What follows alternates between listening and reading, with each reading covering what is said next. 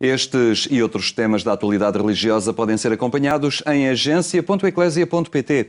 Agora, a assistência religiosa nas unidades de saúde. Voltamos a ter entre nós o Padre Fernando Sampaio, que é o coordenador nacional dos capelães hospitalares. Muito boa tarde, Padre Fernando Sampaio. Obrigado por estar na nossa companhia. Após este período, já algo longo, em que entrou em vigor o decreto-lei que regulamenta então a assistência religiosa nas unidades de saúde, que género de balanço se pode fazer? Sabendo que esta legislação veio clarificar um bocadinho a concordata e introduzir algumas práticas na assistência religiosa nas unidades de saúde, que balanço é que é possível fazer neste momento? Eu não tenho dados concretos para poder fazer um balanço muito grande. No entanto, a legislação vai sendo cumprida, mais ou menos, a nível dos diferentes hospitais. Hospitais que avançam mais e conseguiram, de facto, por exemplo, ao nível do Serviço de Assistência Espiritual Religiosa, conseguem ter a presença de outras religiões de uma maneira muito mais fecunda, muito mais colaborante. Há outros hospitais em que isso é difícil, essa presença. Há hospitais, de facto, em que, do seu ponto de vista institucional e do seu ponto de vista dos profissionais, há uma colaboração imensa no sentido do implemento dos direitos do doente, no sentido, portanto, espiritual. Há outros hospitais onde, de facto, isso é difícil, às vezes, de instalar e denotando, de alguma forma, de facto, essas dificuldades, às vezes, que as pessoas têm a abrir a essas dimensões religiosas e espirituais dos doentes. Portanto, o balanço é positivo, eu poderia dizer, mas não se pode fazer assim muita... Não é exageradamente positivo. Portanto, ainda há muito a caminhar, ainda há muito a fazer da parte institucional, das instituições e particularmente também da parte dos profissionais. O que parece claro é que este novo enquadramento comporta em si um conjunto de potencialidades que importa explorar. Abre o campo à colaboração entre as diversas identidades religiosas, desperta para a colaboração entre as diferentes identidades também cristãs, leva à colaboração com os profissionais de saúde e aí é necessário, como me referi, a esse caminho, mas está no espírito desta lei, precisamente, está consagrada em lei, esta nova colaboração e este enriquecimento da assistência espiritual, não é? Está consagrado na lei pelo facto de a própria lei reconhecer que é um direito do doente, é um direito universal, pertence aos direitos humanos do doente, a questão da assistência espiritual religiosa. Pelo facto da pessoa em ser internada, não impede que a pessoa não viva a sua espiritualidade. Mas não é só apenas uma questão de viver, é que ela é importante na própria recuperação da saúde, em primeiro lugar. Isso é um consenso científico, um consenso a nível legal também. Em segundo lugar, porque a nível dos hospitais, a própria assistência espiritual, por ajudar os próprios doentes no enfrentamento da doença, por ir ao encontro do doente e das suas necessidades, tem um valor de qualidade. Para os profissionais, e eles dão a impressão que muitos não refletem sobre isso, embora, enfim, há muitos outros a interessarem-se efetivamente sobre estes aspectos, dá humanidade à profissão deles, porque pelo facto de atenderem o doente também ao nível da dimensão religiosa e espiritual, de estar atento às suas necessidades, de se preocupar também com essas necessidades, dá abrangência ao profissionalismo, por um lado, dá humanidade ao seu profissionalismo, dá qualidade ao seu trabalho.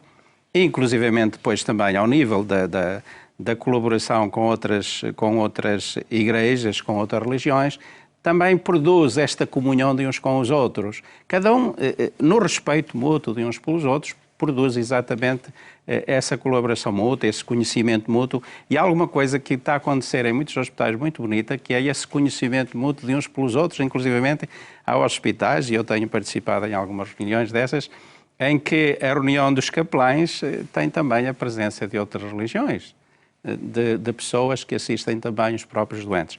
Esta é uma abertura fabulosa que nos dá conta, de facto, o quanto esta dimensão das pessoas e o direito das pessoas pode levar a envolver outros e a ser também um factor de paz, de solidariedade, dentro da própria comunidade. Falamos dos capelães hospitalares. Nesta assistência religiosa, espiritual, nas unidades de saúde, esclarecer, a figura do capelão terá que ser obrigatoriamente um sacerdote, pode ser um diácono.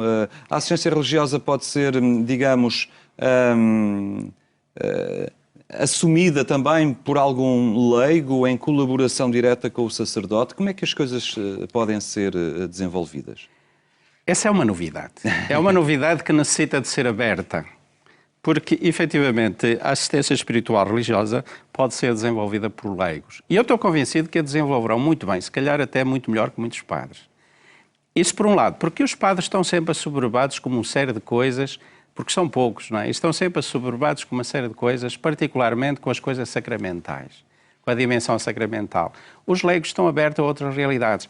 E eu digo sinceramente, ao nível da pastoral da saúde e ao nível das capelanias hospitalares, faltam-nos leigos, e muitos leigos, e há leigos bons, extraordinários, que podem fazer o trabalho extraordinário. E faltam-nos sobretudo mulheres.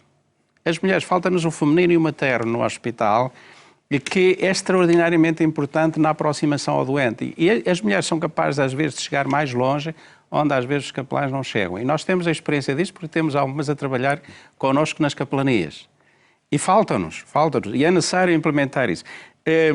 Os leigos têm muito trabalho a fazer na área da assistência espiritual religiosa, desde a visita aos doentes, do acompanhamento dos doentes, de preparação catequética para os sacramentos, de, inclusivamente, os doentes, os leigos podem também, em determinadas circunstâncias, exercer algum outro ministério de distribuição da comunhão, às vezes de fazer um batismo de urgência, de presidir um matrimónio de urgência. Podem fazê-lo.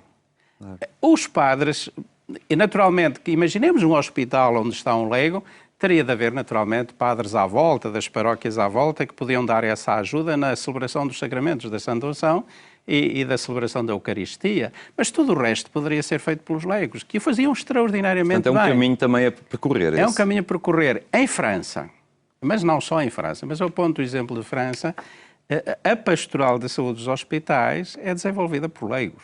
Tem o suporte dos padres à volta, nas paróquias à volta, mas são os leigos que desenvolvem isso. Não apenas nos hospitais, mas também nas unidades pastorais. Isto é um desafio que vai direto às comunidades cristãs, no sentido também de se mobilizarem em relação aos seus doentes e aos seus doentes que estão internados nos hospitais de proximidade? Também é. E nós, ao nível dos hospitais, sobretudo aqui em Lisboa, temos uma associação chamada Mateus 25, que é de voluntários que estão presentes na capelania, e, portanto, é uma associação com a finalidade pastoral, e que é plataforma para a presença das comunidades cristãs junto dos seus doentes.